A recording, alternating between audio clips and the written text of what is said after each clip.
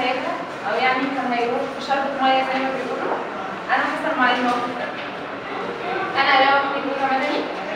هنتكلم النهارده عن المد والجزر. المد والجزر ده كل الناس كانت فاكراه ان هو عباره عن موجه رايحه وموجه جايه وهو كده المد والجزر. انا واحده من الناس كنت فاكره كده. المد والجزر ده بيحصل نتيجه ضوء جذب القمر والشمس لميه البحر والمحيط. الظاهره دي بتحصل مرتين في اليوم، مره كل 12 ساعه. وبتحصل كمان مش بس عشان قوه جذب القمر والشمس، كمان عشان القوه بتاعتها المركزيه. دي بتحصل نتيجه دوران الارض حول نفسها. الظاهره دي بتحصل امتى؟ بتحصل ايه؟ بتحصل مرتين في اليوم. لما القمر بيلف حوالين الارض بيبقى في اماكن مواجهه للقمر، فبتحصل ظاهره المد. بمجرد مرور القمر بتحصل ظاهره الجذب في نفس المكان. بيبقى يعني الرينج، يعني اقصى او مدى حدوث الظاهره دي بيتوقف على موقع القمر في مداره.